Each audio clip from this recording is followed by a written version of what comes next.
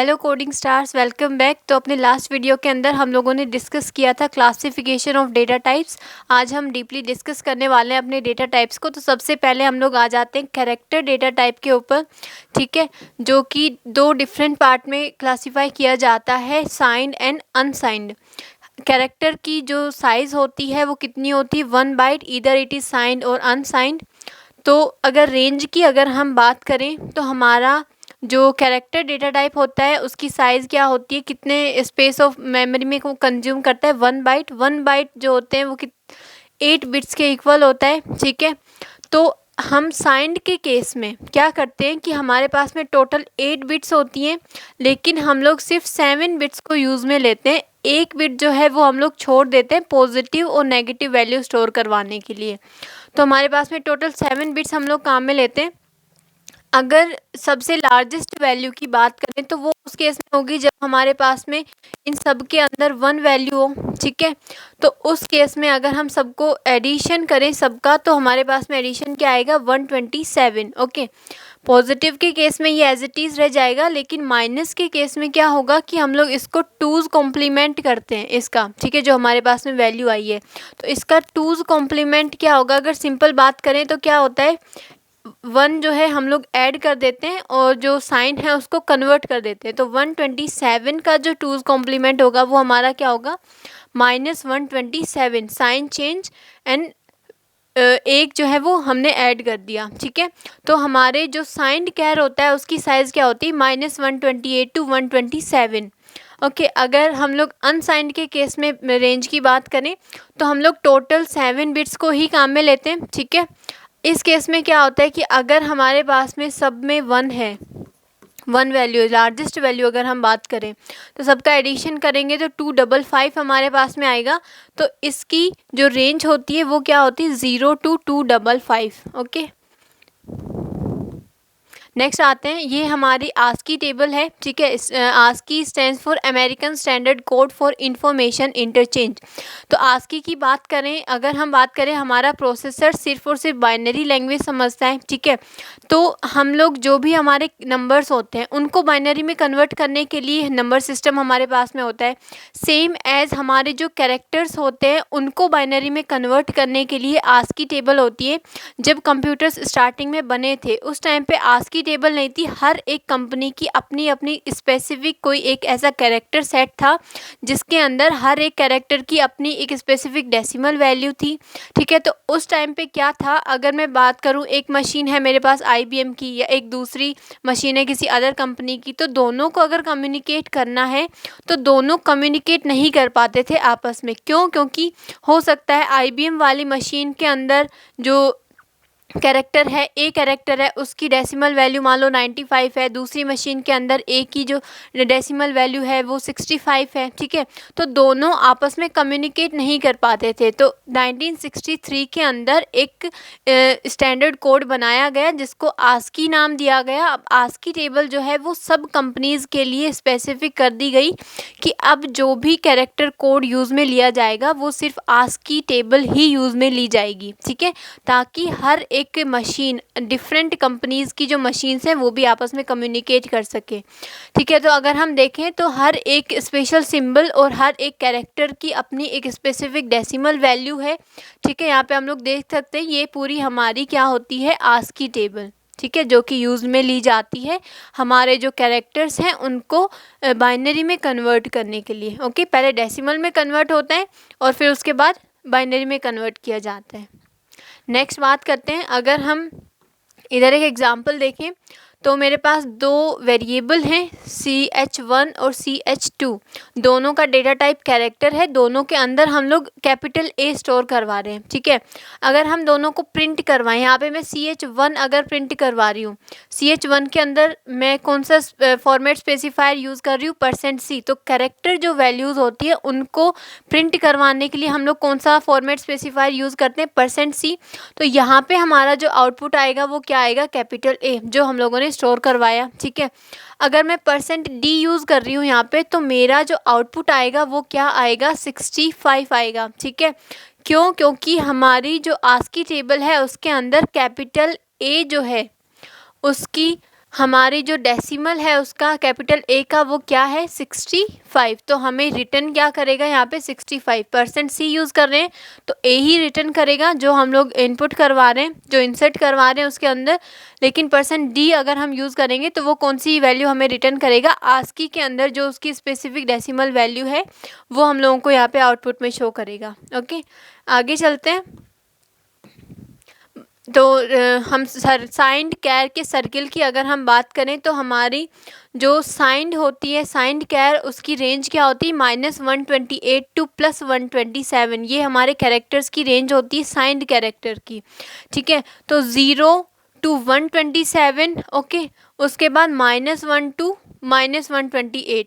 तो अगर पॉजिटिव की बात करें तो पॉजिटिव वैल्यूज़ क्लॉकवाइज होती हैं और जो नेगेटिव वैल्यूज़ हैं वो एंटी क्लॉकवाइज होती हैं। ठीक है, तो हमारे पास में टोटल हम लोग 7 बिट्स यूज़ में लेते हैं, 1 बिट हम लोग छोड़ देते हैं, किस लिए, ताकि उसमें पॉजिटिव या नेगेटिव वैल्यू स्टोर करवाई जा सके। ठीक है, तो ये पूरी हमारी एक सर्किल होता है। अगर इन केस तो हमारा जो हमें बता दिया गया कि +127 लास्ट रेंज है हमारी, +127 तक ही कैरेक्टर के अंदर स्टोर करवाए जा सकते हैं। हमारे पास में टोटल 7 बिट्स हैं, उन 7 बिट्स को यूज़ करके हम लोग कोई भी कैरेक्टर हम लोग स्टोर करवा सकते हैं। अगर मैं +127 की जगह 128 अगर हम स्टोर करवाने की कोशिश करेंगे तो उस केस में हमारे पास में आउटपुट ये आ जाएगा। ठीक है, तो मतलब सिंपली ये इसी के अंदर घूमता रहेगा, क्योंकि हमारे पास सिर्फ 7 बिट्स है, वो इसी के अंदर इम्प्लिसिट टाइप कास्ट करके इसी के अंदर घूमता रहेगा। ठीक है, अगर हम अनसाइंड की बात करें तो 0 to 255 ये हमारे पास में रेंज होती है किसकी, अनसाइंड कैर की। ठीक है, दोनों के फॉर्मेट स्पेसिफायर क्या होते हैं, %c होते हैं। आगे आते हैं इंटीग्रल डेटा टाइप्स की बात करते हैं। इंटीग्रल के अंदर आते हैं हमारे short, int and long. Okay, तो दोनों जो हर एक डेटा टाइप शॉर्ट, इंट और लॉन्ग सब 2 डिफरेंट पार्ट्स में क्लासीफाई होते हैं, साइंड एंड अनसाइंड। साइंड के अंदर पॉजिटिव नेगेटिव दोनों वैल्यू स्टोर करवा सकते हैं, अनसाइंड के अंदर only and only positive value we can store. तो अगर साइज़ की बात करें तो इसका साइज़ होता है 2 बाइट, इंट का साइज़ होता है 4 बाइट और लॉन्ग का साइज़ होता है 8 बाइट। ओके, इतना स्पेस ये मेमोरी के अंदर कंज्यूम करते हैं। तो अगर हम बात करें किस तरीके से हम लोग पता कर सकते हैं साइज़ किसी भी डेटा टाइप का, तो हमारे पास में साइज़ ऑफ ऑपरेटर होता है, साइज़ ऑफ ऑपरेटर होता है जिससे हम किसी भी डेटा टाइप की साइज़ हम लोग पता कर सकते हैं। ठीक है, तो कैरेक्टर, साइज़ ऑफ कैरेक्टर की अगर हम बात करें, साइज़ ऑफ फिर ब्रैकेट में उस डेटा टाइप का हम लोग नाम लिखते हैं जिसका हम लोगों को डेटा टाइप पता करना हो। तो कैरेक्टर का यहाँ पे हम पता कर रहे हैं, तो साइज़ ऑफ कैरेक्टर अगर हम देखें तो क्या आउटपुट आ रहा है हमारे पास में 1 बाइट। साइज़ ऑफ अनसाइंड कैर अगर हम बात करें तो ब्रैकेट में हम लोगों ने क्या दिखा, साइज़ ऑफ ऑपरेटर के अनसाइंड कैर, तो इसकी साइज़ क्या हम लोगों को आउटपुट दे रहे हैं 1 बाइट। ओके, तो इस तरीके से हम लोग अब सभी जो डेटा टाइप्स हैं उनकी साइज़ हम लोग पता कर सकते हैं। अब जो साइज़ है, जो रेंज है, वो कंपाइलर टू कंपाइलर वेरी करती है। ठीक है, कि हो सकता है टर्बो में अलग साइज़ हो, इंटीजर की साइज़ हो सकता है उसमें 2 बाइट हो। ठीक है, इसके अंदर हमारे पास में इंटीजर की साइज़ 4 बाइट है। ठीक है, तो कंपाइलर टू कंपाइलर ये चीज़ें वेरी करती हैं, तो इस चीज़ में कंफ्यूज होने की बिल्कुल ज़रूरत नहीं है। आगे चलते हैं, नेक्स्ट बात करते हैं साइंड डिक्लेरेशन। और तो साइंड जो डिक्लेरेशन होता है वो हमारा कुछ इस तरीके से होता है, शॉर्ट ए, शॉर्ट इंट ए, साइंड शॉर्ट ए, साइंड शॉर्ट इंट ए, इन चारों का एक ही मतलब है। अगर हम सिर्फ शॉर्ट ए लिख रहे हैं तो भी वही मतलब है, अगर हम साइंड शॉर्ट ए लिख रहे हैं या शॉर्ट इंट ए लिख रहे हैं, इन सब का एक ही मतलब है। ठीक है, अगर हम नेक्स्ट आते हैं अनसाइंड डिक्लेरेशन, अनसाइंड शॉर्ट ए या अनसाइंड शॉर्ट इंट ए। ठीक है, तो सबका एक ही मतलब होता है, इन दोनों का एक ही मतलब है, इन चारों का एक ही मतलब है। अगर इंटीजर के केस में बात करें तो हम लोग इंट ए लिख सकते हैं। ठीक है, या हम लोग साइंड इंट ए, दोनों का एक ही मतलब है। ठीक है, अगर हम साइंड डिफाइन कर रहे हैं या नहीं कर रहे हैं, हमारा हर एक डेटा टाइप बाय डिफ़ॉल्ट क्या होता है, हमारा साइंड डेटा टाइप होता है। ओके, अगर हम स्पेसिफाई कर रहे हैं कि अनसाइंड, उस केस में उसको अनसाइंड कंसीडर किया जाएगा, unsigned int. Okay.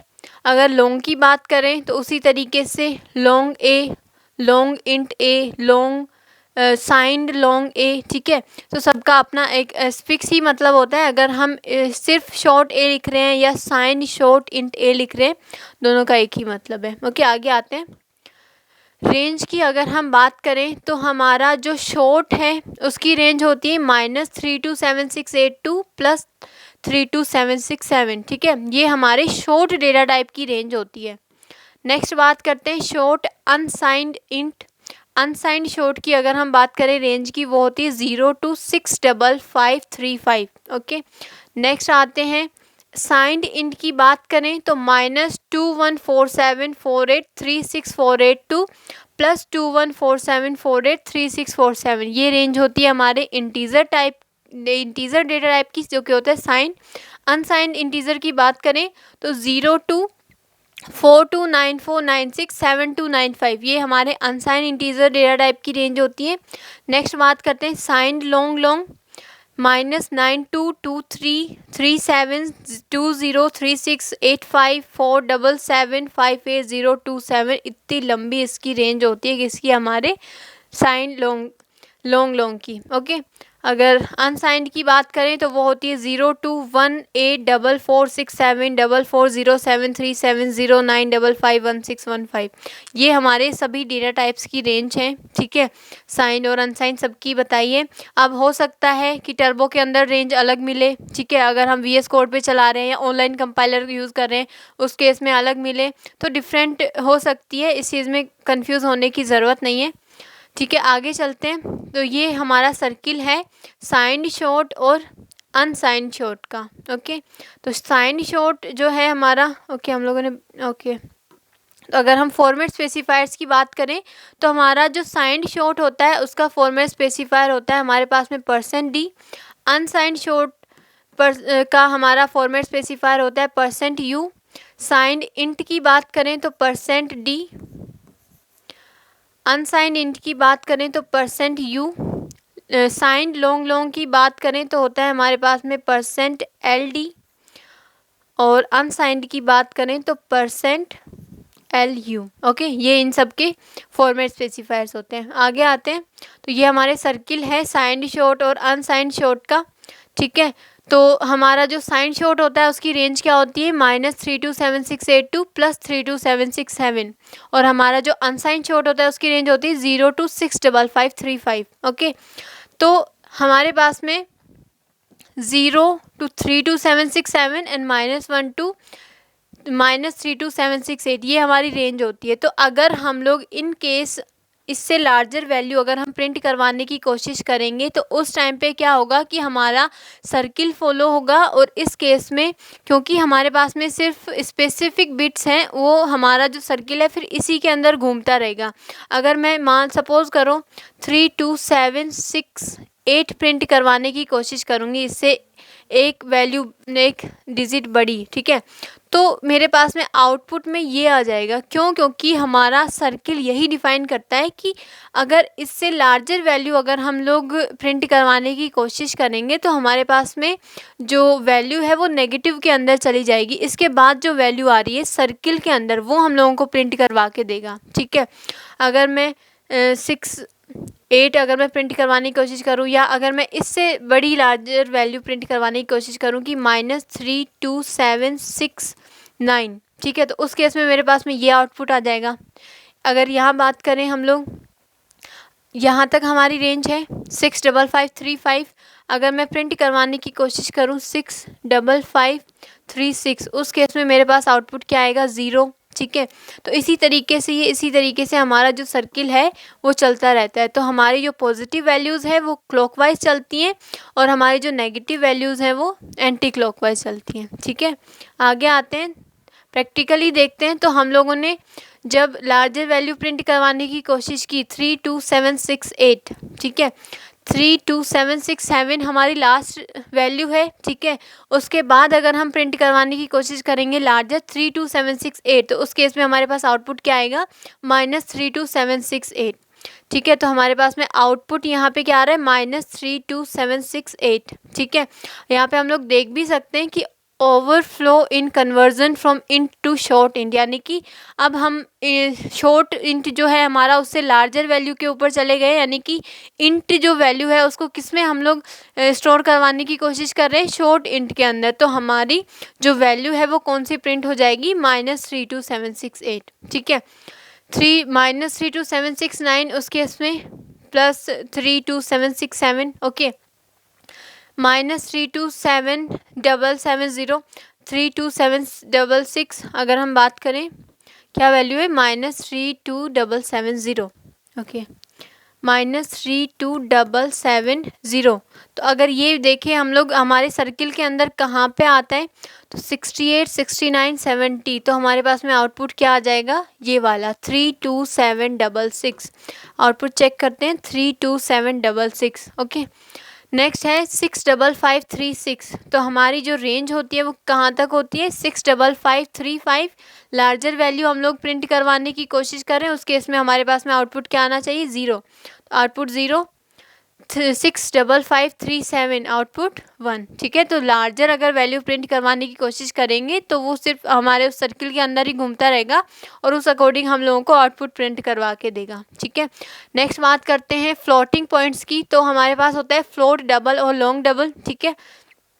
Float consume करता है 4 byte of memory, double consume करता है 8 बाइट ऑफ मेमोरी और लॉन्ग डबल कंज्यूम करते हैं 16 byte of memory, okay. Float का हमारा फॉर्मेट स्पेसिफायर होता है %f, डबल के लिए हमारे पास में होता है %LF और लॉन्ग डबल के लिए हमारे पास में होता है $LF, %LF, ओके। इनकी रेंज की अगर हम बात करें 3.4E -38, तो ये क्या होता है हमारे पास में, E का मतलब होता है यानी कि 3.4 × 10 and it's power is -38, okay. यानी कि 3.4 के बाद में 10 ज़ीरो लगा दो, ठीक है, और फिर उसकी पावर जो है 10 को -38 से मल्टीप्लाई करो और फिर इस पूरी जो वैल्यू है हमारी, इसका जो आउटपुट आएगा वो हमारी रेंज होगी किसकी, फ्लोट की, ठीक है। इसी तरीके से 3.4 × 10 पावर +38, ये हमारी रेंज होती है किसकी, हमारे फ्लोट की। इसी तरीके से इन सब की रेंज निकाली जाती है। अगर हम लोगों को रेंज निकालनी हो तो हम लोग यूज़ करते हैं ये, तो हमारे पास में अगर कैर मिन और मैक्स, ठीक है, दोनों वैल्यू, अगर मिनिमम जो वैल्यू है मिनिमम रेंज फाइंड करनी है, मैक्सिमम रेंज फाइंड करनी है, तो कैरेक्टर के लिए हमारे पास में होता है कैर मिन और कैर मैक्स, ठीक है। तो कैरेक्टर की अगर हम रेंज देखें तो हमारे पास में क्या आ रहा है, -128 to 127। अनकैर मैक्स के लिए हम लोग यूज़ करते हैं यू कैर मैक्स _मैक्स। उस केस में हमारे पास में आते हैं अनसाइंड कैर की रेंज 0 to 255, ओके। अगर शॉर्ट की बात करें SHRT मिन SHRT मैक्स, अगर अनसाइंड शॉर्ट की बात करें तो USHRT मैक्स, ठीक है। इंट की बात करें तो इंट मिन और इंट मैक्स, ठीक है। अगर हम लोग अनसाइन इंट की बात करें तो यू इंट _मैक्स, ये हम लोग यूज़ करते हैं। लॉन्ग के लिए लॉन्ग मिन और लॉन्ग मैक्स, अनसाइन लॉन्ग के लिए यू लॉन्ग मैक्स, ठीक है। ये हमारे, अब फ्लोट की बात करें तो FLT मिन FLT मैक्स, डबल के लिए DBL मिन DBL मैक्स, लॉन्ग डबल के लिए LDBL मैक्स, ठीक है, ये हम लोग यूज़ करते हैं। तो इस तरीके से हम लोग अपनी सारी रेंज जो है वो निकाल सकते हैं। तो यहाँ पे हमारी सारी रेंज हम लोगों को आउटपुट में दे दी है। So thanks for watching my video. अगर वीडियो पसंद आया तो please like share and subscribe. Happy coding.